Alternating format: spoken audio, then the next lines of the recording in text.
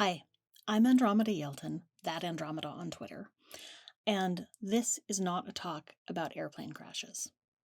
That said, we will be talking about several airplane crashes that involve significant loss of life and damage to property in this talk.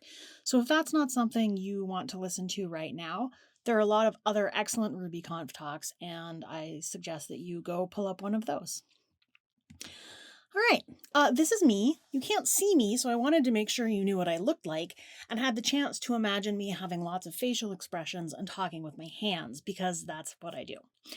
I am a software engineer who actually trained as a librarian, so I've written most of my software in libraries, academe, and cultural heritage organizations such as the Wikimedia Foundation and the Library of Congress. And in that context, I've actually written a lot of Ruby because it turns out Rails is super popular in the library open source world. I am also a student pilot. I have flown this plane, the brown and white one in the front. And I'm a big nerd about aviation safety and history. Now, if I were with you face to face, I'd say right now that we were all going to read this slide out loud every time we saw it, and we'd practice doing that as a room right now. I'm not here, so just picture that in your head, or maybe say it out loud whenever you see this slide. Those of you who have seen Ernie Miller's brilliant talk, How to Build a Skyscraper, know where I'm going with this and will recognize how much the skeleton of my talk owes to his. Those of you who have not seen it, do yourself a favor, Google Ernie Miller's talk, How to Build a Skyscraper. You won't regret it. With that said, let's talk about Colgan Air 3407. This photograph is of a Bombardier Q400, which is the same type of plane that was in the accident, although not the exact same aircraft. And this is a flight that was bound from Newark Liberty International Airport to Buffalo Niagara International Airport on February 12th, 2009. It was delayed about 2 hours, with the result that it finally departed from Newark at 9:18 p.m. with 49 people on board. As they were descending into Buffalo, they experienced a stick shaker alarm. And this is one of the most serious alerts that an aircraft can give. It's a warning of an impending stall. So, what exactly is a stall? Well, when a plane is flying, it has, as you know, wings, and those wings are airfoils which generate lift from the way that oncoming air flies or flows around them. And so when oncoming air hits the leading edge of the wing, it separates, and part of it flows below and part of it flows above the wing. Now, as you increase the angle of attack of the aircraft, which is to say, as you increase the angle at which the wings meet the oncoming air, you will eventually reach a critical angle of attack at which that separated flow doesn't really come together after the wing, or doesn't come together for a long time. And also above the wing, there's vortices, there's vacuums, there's really turbulent airflow above the upper wing surface. And the result of that is that the wing can no longer adequately generate lift. And so you need to keep your aircraft below the critical angle of attack. This angle varies with different aircraft, but it's around 17-ish degrees. At the same time, though, up to that point, a higher angle of attack actually helps you to generate lift. And in fact, the slower you go, the higher the angle of attack you need in order to generate enough lift to stay airborne. So that means that there's an envelope within which you are capable of flying, within which your angle of attack will let you fly. And if you go too slow, it's impossible to fly at all, because the amount of angle you would need to generate enough lift runs into your critical angle of attack, and you can no longer do it. And for this reason, pilots are trained to do this in a stall, to pitch their nose downward and add thrust. And by pitching the nose down a bit, you reduce the angle of attack, and by adding thrust, you increase the speed of the aircraft, which means you increase the range of angles of attack at which it's possible to generate enough lift to fly the aircraft. And when I say you're taught this as a pilot, I mean that even as a student, I have already been told to do this. Haven't yet practiced it, but I've been told to do it very early in my flight training. What did the crew of Colgan Air 3407 actually do in response to the stick shaker alarm, however? They pitched up and added thrust, but only a little thrust. Not enough to make the plane actually go faster now that it's in effect climbing a hill in the sky. And the outcome of this was that their angle of attack increased and their airspeed decreased. Over the next 30 seconds, the angle of attack would vary between 10 and 27 degrees, which is, of course, well above the critical angle. And the result of this was that the plane was generating much less lift, but there was still just as much gravity. And there's only one possible outcome in that situation, which is that ultimately they lost control of the aircraft and it descended to the ground. And there were ultimately 50 fatalities of this, the 49 people on board the aircraft, plus one in a house that is really no longer present in this photograph. So how did this happen? Why would trained, qualified pilots respond so badly to this rudimentary but critical alarm? Well, the NTSB, the National Transportation Safety Board of the United States, in their report investigating this, have a large number, actually, of causes for this. I'm just going to focus on one of them and oversimplify for the sake of time. But let's look at what the first officer was doing the night before the crash. So, as you'll recall, the plane departed from Newark, but the first officer actually lived in Seattle. And this is pretty common in aviation for pilots not to live in the same city that their flights are based out of, because after all, they can get a ride. So the night before, she had been on a red eye from Seattle to Memphis, and then departed Memphis around 3 a.m. for Newark. The captain, who was based out of Florida, had actually been in Newark the night before, but he hadn't had a hotel to stay in. He'd been in the airport. And so you might ask, where do they sleep? Well, we know the captain had done some napping in the staff lounge in the Newark airport. And this had been sort of a problem for Colgan Air. They'd had a lot of people napping in the staff lounges, which aren't really designed for that. And Colgan made those spaces more hostile to napping by, for instance, increasing the lighting. And they had developed a compliance policy having to do with crew fatigue, and people had really been getting in trouble for not following the rules on fatigue or from calling out fatigued too often. They had not, however, trained people on how to recognize the signs of fatigue or provided a reasonable place for them to sleep. Why was the captain in the Newark airport and not in the hotel room? Because there was no hotel room for him to sleep in. And the fact is, as humans, we live in bodies, and if those bodies are not adequately rested, even if we are capable and trained people, we can't perform to our best level. The first officer was caught on the cockpit voice recorder saying, "I feel like Colgan walks all over me. This company treats me like crap so much." 1 hour, 10 minutes, and 10 seconds later, she would be dead. As an outcome of this incident, the Federal Aviation Administration in the United States, following recommendations from the NTSB, instituted legal restrictions on flight time, duty time, and rest for air crews, and similar rules were later adopted abroad. But I want to remind you, this is not a talk about airplane crashes. So let's talk about United 173. This photo is of the accident aircraft, which was a DC-10 en route from JFK to Portland, Oregon via our very own Denver on December 28th, 1978. And for the most part, what follows is taken directly from the cockpit voice recorder. The first 2 slides were before that recording kicked in, but the rest are all direct quotes with timestamps from that recorder. So at about 17:10 or 5 p.m. local time, the landing gear were deployed as the pilots were on approach to Portland Airport.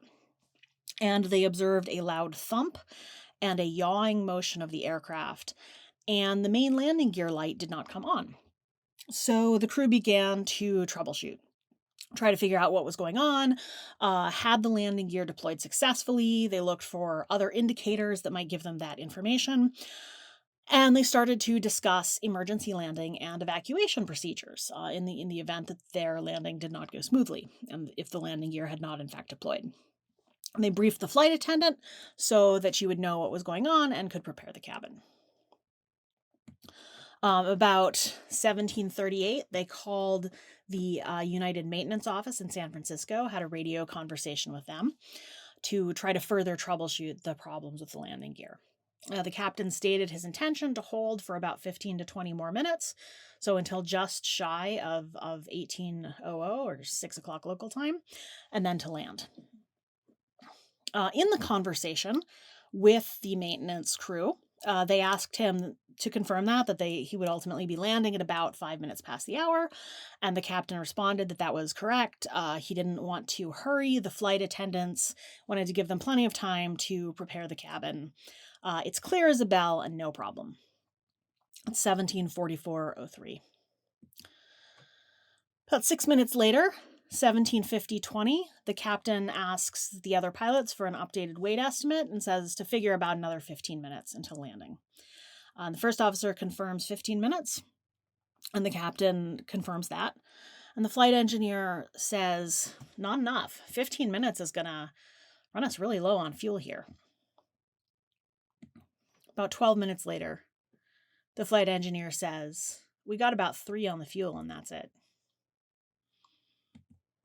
22 seconds after that, the first officer to the Portland Air Traffic Control says it'll be our intention in about 5 minutes to land on 28 left. 39 seconds after that, Portland asks them for the souls on board and the fuel remaining. The flight crew will go on to spend the next 3 minutes discussing the landing gear system. 18:06:46, the first officer says, we're going to lose an engine, buddy. And the captain says, why? 18:13:25, flight engineer says, we just lost engines 1 and 2. The captain says, they're all going. We can't make Troutdale. First officer says, we can't make anything. 21 seconds after this, very belatedly, they declare the Mayday. And about a minute after that, they crash into the suburbs of Portland, having run entirely out of fuel. Of the 181 passengers and 8 crew members aboard, 8 passengers and 2 crew members were killed. Another 21 passengers and 2 crew members were seriously injured. Despite the fact that they crashed into a heavily populated suburban area, no one on the ground was hurt. Why? You know just from listening to the cockpit voice recorder why this plane crashed. You know that it ran out of fuel, and you know that it ran out of fuel despite the fact that at numerous points the crew commented on the fuel situation, they commented on the time remaining, and yet at no point did they compare their intentions for landing the aircraft against the fuel situation and the time situation. And how on earth is it possible that in possession of all of the information with a perfectly sound aircraft, they managed to run it into the ground outside of Portland? Well, I wanted to talk about this incident because this is the first NTSB report to mention crew resource management, otherwise referred to as cockpit resource management, or in the case of this report, actually referred to as flight deck resource management. There are actually many crashes where this is a factor, a number prior to United 173 where it was conspicuously an element, but it didn't yet have a name. It wasn't yet a thing that was recommended in the context of air crash investigation reports. So I wanted to highlight this one for this reason. So what is crew resource management? Well, the report said that they wanted to ensure that flight crews were trained in it with particular emphasis on the merits of participative management for captains and assertiveness training for other cockpit crew members. So the idea of crew resource management is that in the cockpit, on a team, there is some kind of authority gradient, some sort of power dynamic. And traditionally, aviation was very sort of hierarchical, very authoritarian. The captain is kind of like a mini god on the flight deck. But the problem with that is that stature, as the report says, the stature of a captain and his management style may exert subtle pressure on the crew to conform to his way of thinking. It may hinder interaction and adequate monitoring and force another crew member to yield his right to express an opinion. So by contrast, crew resource management says that it's the responsibility of the leader to establish this participatory culture, to invite and welcome feedback from other members of the team, even if that feedback may disagree. Because there may be times when people other than the captain have the best situational awareness, have the best understanding of the problems that may be going on, as indeed the cockpit voice recorder suggests was the case in this incident. And they need to feel welcome to speak up and express their analysis of those problems, and even to take command if it's a true emergency and they're the ones with the best understanding of what's going on. So it's the captain's responsibility to encourage this participative culture and to have this participative style of leadership.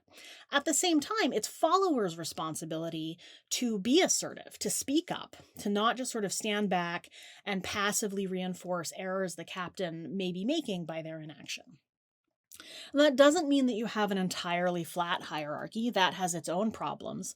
CRM, crew resource management, definitely emphasizes that there should be an authority gradient, that there should be someone who does have the authority to make critical decisions. Just that gradient shouldn't be so steep that it discourages participation. And in fact, in aviation, they've developed specific lists of behaviors to evaluate people on and to train people on and to communicate about in order to ensure that everyone understands how CRM works. And this has become a practice that's adopted worldwide and has demonstrably led to safer skies. Again, this is not a talk about airplane crashes. So let's talk about British Air Tour's 28M. This photo is of the accident aircraft, which on August 2nd or 22nd, 1985, was bound from Manchester in the United Kingdom to Corfu in Greece for a nice little vacation flight. The flight crew heard a loud thump during takeoff. They presumed it was a burst tire or a bird strike, and so they aborted the takeoff, the right thing to do. And this is great, right? We haven't taken off. We're still at an airport on the ground, doing the safest thing, which is to abort the takeoff when we're not sure what's going on, but we know something is amiss. Now, although a burst tire was really a good hypothesis for the pilots to make on the basis of the evidence they have, it turned out that what they had actually experienced was an explosive failure of an engine part. And this was the outcome of that. But still, the tower notified them that there was a fire. Fire trucks at the airport noticed and immediately self-deployed and were on the scene in 25 seconds. So as alarming as this looks, the report of the AAIB, which is the British equivalent to the United States NTSB, said many of the factors which affected this accident should have biased events toward a favorable outcome. There was no impact. They were at an airport with full and immediate support from emergency personnel. And yet, 137 people on board, 55 of them died. So this was something that really shook the aviation industry because they thought that this should have been basically 100% survivable. And they realized that they must have completely misunderstood some important things for this outcome to have occurred. So what happened? Well, at the time, a main concern for safety testing in the event of fire was flashover, which is when a large area, such as the interior of a fuselage, suddenly and all at once everywhere catches fire. And this is obviously an extremely big safety hazard, and you can understand why people would not want flashover to occur. The particular test setup that people used to simulate fires outside of the aircraft, like an engine fire, a fire from leaked jet fuel onto the ground, that test setup typically produced flashover scenarios. And as a result, people were very focused on the flame retardants of cabin materials to try to slow the progress of fire inside the cabin. However, testing did not match production. The cross ventilation from multiple open emergency doors in the Air Tours 28M incident prevented flashover, and the AAIB realized this is likely representative of real world accidents in general. What do people do? They open all of the emergency doors. And so if flashover didn't happen, what was the problem? Well, it turned out of those 55 people, 48 of them died of smoke inhalation. They had minimal burns, but their lungs were a wreck. And it turns out that those flame retardant materials designed to slow the flashover that never happened, they outgas. They pour out carbon monoxide, sulfur dioxide, ammonia, hydrogen cyanide, nitrogen oxides, hydrogen chloride, hydrogen fluoride. Those last three on contact with water, for instance, in the atmosphere or in your lungs, form very strong acids. Nitric acid, hydrochloric acid, hydrofluoric acid. So a large fraction of the people who escaped the aircraft did so very quickly before the smoke had gotten too bad. Some of the other survivors were actually incapacitated, but a flight attendant bodily pulled them out and pushed them down the slide, and that's why they were able to survive. Now, at the time, there had been some awareness that cabin materials could outgas toxic gases, and there were some aircraft manufacturers who tested for that, but neither US nor UK regulators had standards concerning toxic gases. So although they were performing tests, they were measuring the wrong things. So the report, of course, addressed improved testing, but it didn't stop there, because it also asked, regulations at the time required, and they still require, that to be certified as airworthy, it has to be possible to evacuate an aircraft within 90 seconds, even if half of its doors are blocked. And that time frame should have let people get off before so many of them were overcome by the toxic smoke. So why didn't it? Well, there were a bunch of reasons, but they included that there was at the time no briefing for passengers seated in the exit rows, and so they didn't know how to open the door, and it took them a long time. I'm sure you've noticed if you sit in an exit row that the flight attendant comes over, gets your attention specifically, and walks you through training on how to open the doors. This is why they do that. Please pay attention. They also noticed that in the real world scenario, of course, people panic. And when people are stampeding, they get jammed up in narrow spaces. So even though the aisle of an aircraft are generally wide enough for people who are calm to walk through them, they weren't wide enough for people who are panicking. And in testing scenarios, people had generally been calm. And so that wasn't captured. And in fact, subsequent to this accident, there was a lot of psychology and human factors research done to try to better simulate realistic conditions with panicky people. So remember that flight attendant who was bodily pulling people off and throwing them down the slide? She had to do that in order to fix the bottleneck where people were just literally jammed in the aisles and could not evacuate. She was clearing that bottleneck with the first body she pulled off. So let's talk about flight attendants. These are from Singapore Airlines, which is widely considered to have some of the best flight attendants in the world. And I think when people think about flight attendants, they think about, coffee and smiles in the sky, which is to say, just like everyone whose job centers on performing emotional labor, they are wildly underestimated. Because in that human factors research subsequent to the Air Tours 28M, one of the things we learned is that flight attendants' assertiveness directly impacts survival.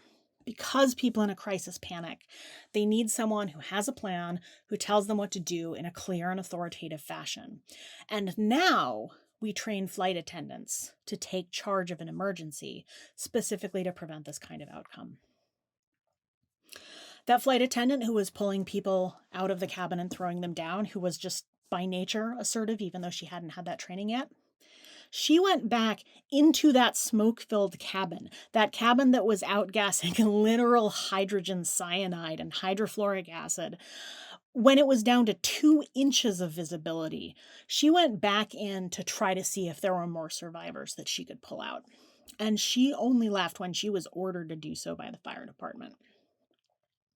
The people who are there to do the emotional labor are the people who will save your lives when the world is literally burning down around you. But again, this is not a talk about airplane crashes.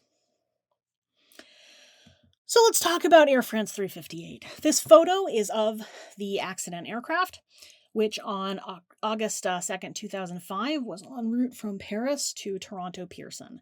That's the really big airport in Toronto, not the cute little one. And on August 2nd in Toronto, the weather was appalling. There had been over 500 flights that had been canceled at Toronto Pearson that day for this reason. Although the rainfall was variable over the course of the day, in the time frame leading immediately up to the accident, the rainfall rate was 4 inches or 10 centimeters per hour, so absolutely torrential. In the 2 minutes before the plane landed, there were at least 20 lightning strikes in the vicinity of the runway alone. There were probably more that were visible to the pilots and not measured by the airport's equipment. Because of all of this lightning, a number of important pieces of airport equipment had been rendered inoperative or destroyed. So some wind measuring equipment was taken offline, meaning that air traffic control was not able to give the pilots complete information about how bad the weather was. Not that it would have entirely mattered because the winds were continuously shifting anyway. There were also several runways that were no longer usable because of this situation. And so as a result, all of the planes had to land on 24 left, which was the shortest runway available at Toronto Pearson, and had so much water on it that it looked shiny. So why even land if the weather is this bad? You could divert to another city, right? And they did discuss that. They knew the weather had been bad before they left Paris, so they had taken on additional fuel to make it possible to hold and to divert to other cities. And they discussed diversions to Niagara Falls, to Ottawa, to Cleveland. But the fact is, you really don't want to divert unless you have to. It's hugely inconvenient. It puts your passengers and your crew and your plane all in the wrong place. If you divert to another country, your passengers may not even be able to deplane. They may not have suitable visas. They haven't gone through the right customs. And the fact is, until shortly before the accident, to the best of the pilot's knowledge, the weather was suitable for landing. The rapidly changing conditions meant that that was no longer true at the last minute, but by that time they had mentally committed to the plan they were on and no longer had enough flexibility to change it. So let's look at 24L. The amount of distance they would have needed to land on a contaminated runway, so for instance, a runway so wet that it looks shiny, was about 8,780 feet. This is a 9,000-foot runway, so if you nail the landing, this is what you get.